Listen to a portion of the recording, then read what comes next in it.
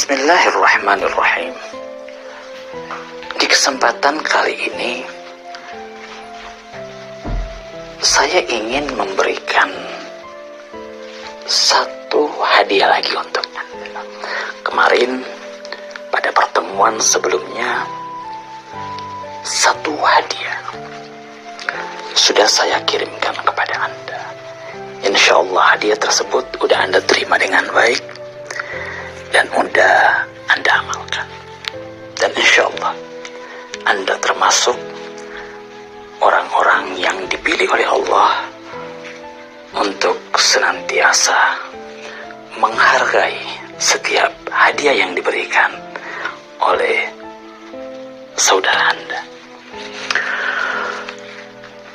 Dan pada kesempatan kali ini saya kirimkan lagi untuk Anda sebagai tanda perhatian saya kepada Anda sebuah hadiah, paket hadiah, bukan hanya satu hadiah saja, tetapi di dalamnya mengandung beberapa hadiah. Hadiah ini satu hadiah yang saya dapatkan dari baginda Rasulullah di dalam salah satu riwayat beliau. Rasulullah memberikan hadiah beliau kepada kita, dan saya ingin meneruskan hadiah baginda Rasulullah itu kepada Anda, dan mudah-mudahan kita termasuk orang-orang yang sanggup dan mampu menjaga hadiah dari baginda Rasulullah ini. Apa kata Nabi? Mari kita lihat. Baginda Nabi bersabda, ada 4 hal, arba' min kunuzil bir. Kata Nabi, ada 4 hal yang merupakan perbendaharaan harta karun dari kebaikan. Artinya dari semua kebaikan-kebaikan yang ada, 4 hal inilah yang merupakan puncak dari kebaikan tersebut. Apa kata Nabi? Yang pertama, kitmanul hajah. Allahu Akbar. Kata Nabi, puncak dari kebaikan tersebut adalah menyembunyikan kebutuhan, keperluan hajah kita. Terkadang ada keperluan kita membutuhkan sesuatu, pingin ini, pingin itu. Misalnya kita ini lagi jatuh susah, lagi gak punya sesuatu, lagi memerlukan sesuatu dalam kehidupan kita. Lalu apa yang harus kita lakukan? Terkadang kita begitu mudah, ya sangat gampang, meminta kepada orang lain, mengadu kepada orang lain, mengutarakan apa hajat kita. Kita sampaikan. Apalagi dunia sekarang gak ada yang tersembunyi. Setiap apa yang menjadi hajat kita begitu mudah kita sampaikan kepada orang lain. Akhirnya orang lain tahu kesusahan kita. Ini hajat, tidak lain gambaran dari kesusahan, kebutuhan Anda. Jadi misalnya Anda berutang, gak ada sesuatu yang Anda makan, Anda lagi susah. Kesusahan Anda ini Anda pamer kepada orang lain, Anda sampaikan kepada orang lain. Kata Nabi, puncak dari kebaikan ketika Anda sanggup menyembunyikan kebutuhan Anda. Orang lain nggak tahu gimana keadaan Anda, gimana kesusahan Anda, tersembunyi. Ini barang seorang mukmin, lalu kemana dia harus mengadu? Apakah dia harus mengadu kepada manusia? Enggak. Orang mukmin nggak pernah mengadu kepada manusia, kepada orang lain. Enggak. Aduannya kepada siapa? Keluhannya kepada siapa? Dia hanya mengadu kepada Allah. Hanya Allah satu-satunya tempat dianya bersandar. Dia menyadari Allahus Samad. Ini harus benar-benar. Ini tingkat tauhid luar biasa. Jadi, oke, di tingkat tertentu, terkadang ucapan kita dengan batin kita, keadaan hati kita, terkadang kontradiktif, berbeda, berlainan. Memang, ini yang sering terjadi. Mungkin masih bisa difahami, karena kita masih dalam proses. Masih dalam proses mengatur, memanage diri kita. Yang penting ada proses untuk menuju kepada sesuatu hal yang lebih baik. Memang kondisi kita, terkadang kita tidak ingin mengadu kepada orang lain, kita tidak ingin menyampaikan masalah kita kepada orang lain, kita ingin sembunyikan ini, kita ingin merasakan ini saja. Kita ingin mengadu kepada Allah, ingin melaporkan ini kepada Allah. Ini lisan kita, tapi jiwa kita merasa bahwa kita tidak sanggup untuk memikul itu. Terlalu berat bagi kita. Terjadi kontradiktif. Lisan kita tidak ingin mengatakan ini, tapi batin kita terasa tidak kuat untuk tidak mengadu kepada orang lain. Terkadang kita merasa bahwa aduan kita kepada Allah ini sepertinya sia-sia. Allah mungkin tidak akan mendengar.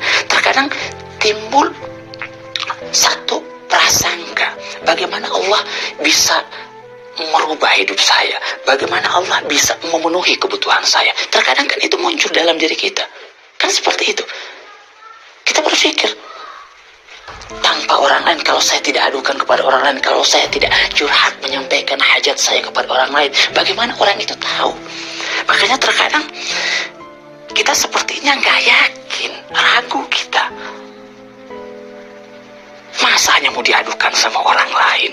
Kan seperti itu. Kita ini sepertinya nggak percaya kepada Allah, nggak percaya kepada kekuasaan Allah, nggak percaya kalau Allah itu melihat, nggak percaya kalau Allah itu maha segala-galanya. Timbul keraguan-keraguan. Oke, nggak ada masalah. Kalau memang derajat kita, makom kita ya masih seperti itu. Yang penting ada usaha untuk memperbaiki diri. Jangan di situ-situ terus penuh dengan keraguan-keraguan. Sampai kapan kita seperti ini? Kita kan terkadang sujud, tunduk, tapi ragu kita. Masih dalam keraguan-keraguan. Kita belum seorang mukmin haqqan. Belum seorang mukmin sejati. Belum.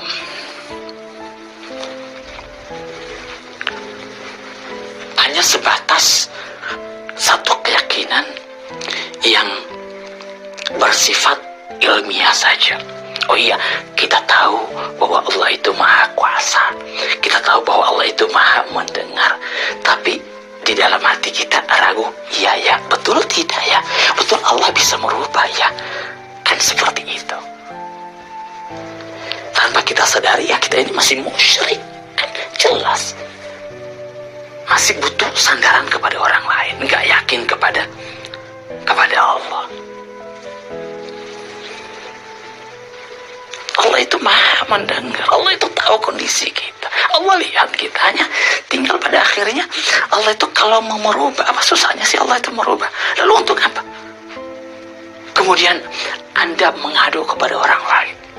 Apakah Anda yakin ketika Anda mengadu kepada orang lain, menyampaikan kebutuhan Anda, sampai pada akhirnya Anda itu merendahkan diri Anda,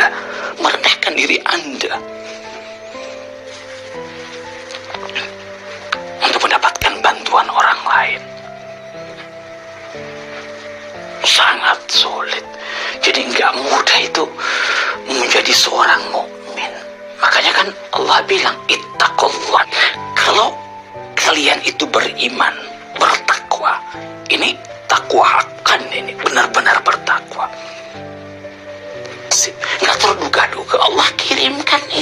Allah antar. Allah sendiri yang datang kepada Anda. Allah sendiri yang datang. Pernah satu kisah loh saya ceritakan kepada Anda, supaya ini bisa lebih menyadarkan, mengetuk pintu kita. Sadar loh dirimu. Sampai kapan kamu mau bersandar kepada orang lain, mengharap kepada orang lain? Sampai kapan? Sampai kapan pada akhirnya orang lain itu menjadi tempat sandaranmu? Sampai kapan? Ini saya ceritakan kisah nyata ini. Mungkin sering terjadi dalam kehidupan kita, hanya kita tidak menyadari hal itu. Karena terkadang manusia itu seperti itu.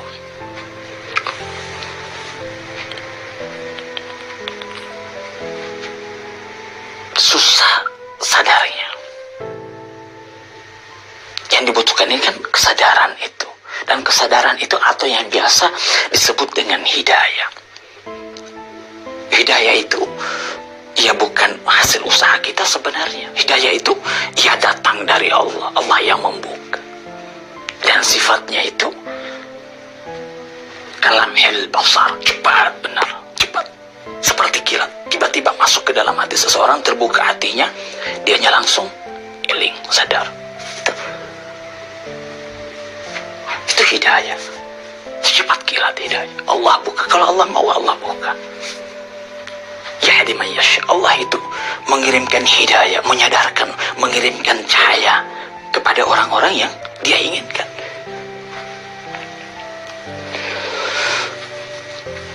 Coba bukti sederhana ya, bukti sederhana. Kita ini udah sering mendengar ceramah, udah sering dengar ceramah. Tapi kan susah kita sadarnya itu. Susah kita sadar. Terkadang ada ceramah yang sebenarnya udah disampaikan sama ustadz satu. Tapi kita dengar lagi dari orang lain, kita merasa sepertinya ini belum pernah saya dengar. Tapi sebenarnya udah disampaikan sama orang lain. Kenapa seperti itu? Karena tadi kesadaran gak ada. Tiba-tiba kita merasa bahwa kita connect di situ. Oh iya, ini ucapan sepertinya pas di hati kita. Nah, itu yang diharapkan. Makanya kenapa kita sering mendengar. Fungsinya untuk apa? Fungsinya sepertinya untuk tadzakar, untuk mengingatkan saja di sana, untuk mengingatkan kita. Gaflah kan lalai dari sesuatu. Kita nggak ingat. Sebenarnya ada, kita tahu hal tersebut. Kita tahu bahwa ini baik, kita tahu bahwa ini buruk, kita tahu bahwa ini nggak bisa didekati. Yang dibutuhkan apa? Yang dibutuhkan itu keelingan kita, kesadaran kita untuk mengerjakan dan menjauhinya. Ucapan-ucapan ini sebenarnya hanya sebuah wasilah bagi kita untuk membangunkan kita. Itu saja sebenarnya. Jadi bukan hanya sekedar menambah, tapi kemudian kesadaran itu nggak ada. Tapi ya oke. Ini kan sebuah sarana aja media. Siapa tahu dari sekian banyak kita mendengar, dari sekian banyak kita duduk di majelis-majelis taklim, siapa tahu ada yang nyantol gitu. Siapa tahu ada yang melengket. Itu yang diinginkan. Demikian juga dengan perbuatan-perbuatan baik kita ini. Yang kita inginkan bagaimana perbuatan baik kita itu betul-betul apa? Betul-betul mampu menyadarkan kita. Dari sekian banyak kebaikan yang kita kerjakan, kita ingin siapa tahu ada satu yang betul-betul connect, nyatu gitu dengan jiwa kita. Itu. Kenapa kita disuruh ulang kali istighfar? Kan seharusnya satu kali istighfar ya selesai. Dosa Anda diampuni sama Allah. Begitu juga dengan zikir. Kalau Anda udah ingat ya selesai, zikir sekali aja.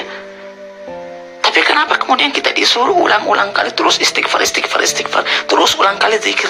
Kenapa? Karena pada akhirnya kita nggak tahu mana yang bisa nyantol gitu, mana yang bisa mengkonekkan diri kita. Yang pernah saya katakan, kalau para kekasih Allah seperti Nabi Yunus, itu hanya dengan satu sebutan la ilaha illa anta, dia nyantol, connect kembali kepada Tuhannya, sadar. Kalau kita puluhan tahun kita berzikir, nggak ada connect-connectnya. Demikian juga dengan sholat yang kita lakukan. Siapa tahu pada akhirnya untuk memancing itu dalam diri kita. Ini yang diinginkan. Oke, kembali kepada cerita. Seorang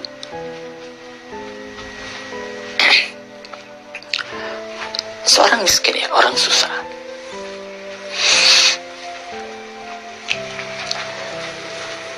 Dia nggak punya pekerjaan tetap. Ini cerita di satu daerah, nggak punya pekerjaan tetap. Dia punya keluarga, beberapa anak. Suatu ketika, keluarganya sakit, butuh pertolongan, sakit. Untuk berobat nggak ada uang.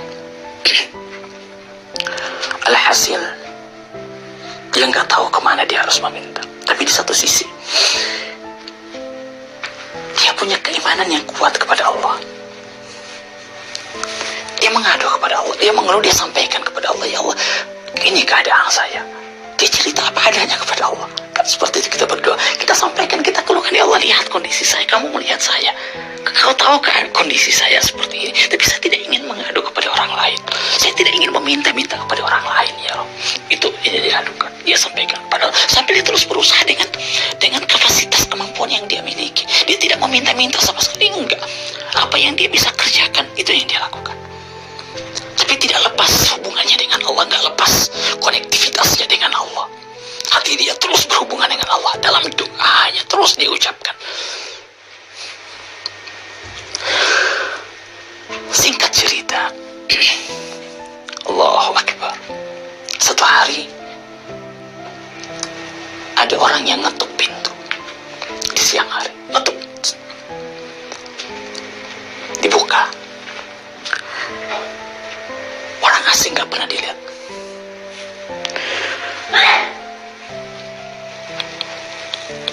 Langsung orang ini bilang bahwa saya membawa satu amanah dari si Fulan bin Fulan.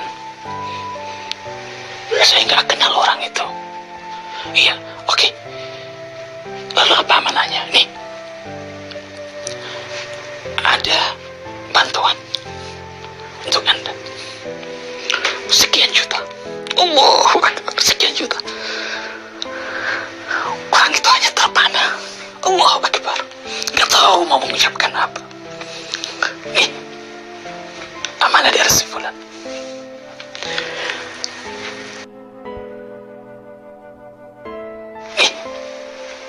Amanah dari si Fulan. Langsung dipersilakan masuk orang ini. Tapi orang itu nggak mau masuk. Dia bilang, nggak, saya mau cepat-cepat, saya mau buru-buru, saya mau pulang. Akhirnya oke, tapi tolong, dari mana kamu bisa tahu alamat saya? Saya nggak pernah tahu Anda. Dibilang begini, saya ini hanya wasilah saja. Ada orang kaya, sakit dia. Kemudian orang itu bernazar, kalau dia disembuhkan dengan sakit dia akan keluarkan uang sekian juta. Allahu Akbar, ya Rabb. Dan dia sembuh. Langsung dia datangin tempat saya, yayasan saya. Tempat saya tuh didatangin sama orang ini. Dia bilang, saya punya hajat ini, begini ini. Ini saya ingin berikan kepada Anda. Ya, terus nih, saya terima. Dan malamnya saya bermimpi. Allahu Akbar, saya bermimpi. Saya ketemu dengan seseorang dalam mimpi itu dan mengatakan, antar bantuan itu ke tempat ini. Wallah, begitu dibilang, iya. Dan saya datang ke tempat ini. Sehingga amanah orang itu sampai ke tangan Anda. Ini Allah itu maha kuasa loh. Hanya terkadang kadang kita ini nggak percaya dengan kekuasaan Allah. Kita nggak yakin dengan hal tersebut, nggak yakin kita. Terlalu lemah kita, keyakinan kita, keimanan kita terlalu lemah. Kita nggak percaya dengan maha keperkasaan Allah. Selalu ada jalan Allah untuk datang kepada kita.